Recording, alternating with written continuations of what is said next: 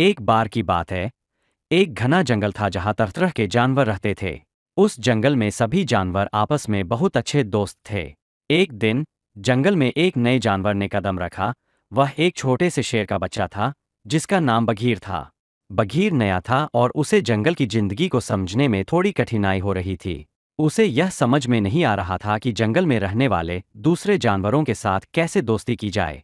बाकी जानवर, जैसे कि हाथी गजराज, बंदर बबलू और खरगोश चिकी, सबने उसकी मदद करने की सोची।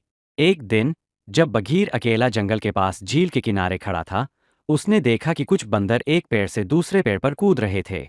बघीर को यह देखकर बहुत मजा आया, लेकिन वह खुद ऐसा नहीं कर सकता था। तभी बबलू बंदर उसके पास आया और कहा, तुम भी हमें अपना दोस्त बना लो। हम बघीर थोड़ा हिचकिचाया, लेकिन फिर उसने सोचा, क्यों न कोशिश करूं, और फिर बबलू के साथ कूदने की कोशिश की। पहले तो वह गिरा, लेकिन धीरे धीरे वह कुछ पेड़ों पर चढ़ने और कूदने में माहिर हो गया। फिर एक दिन जंगल में एक बड़ी आंधी आई। सभी जानवर डर गए। हवा इतनी तेज थी कि कई पेड़ टूटने लगे और कुछ जानवरों को मुश्किल हो रही थी। बघीर, जो अब अपने दोस्तों से बहुत कुछ सीख चुका था, ने गजराज हाथी की मदद की और उसके साथ मिलकर एक मजबूत गुफा में सभी को शरण। आंधी के बाद जंगल में सभी जानवरों ने बघीर की बहादुरी की सराहना की और वह जंगल का एक महत्वपूर्ण सदस्य बन गया। इस घटना से जंगल में सभी ने यह सीखा कि एकता और दोस्ती से बड़ी मुश्किलें भी हल हो सकती है।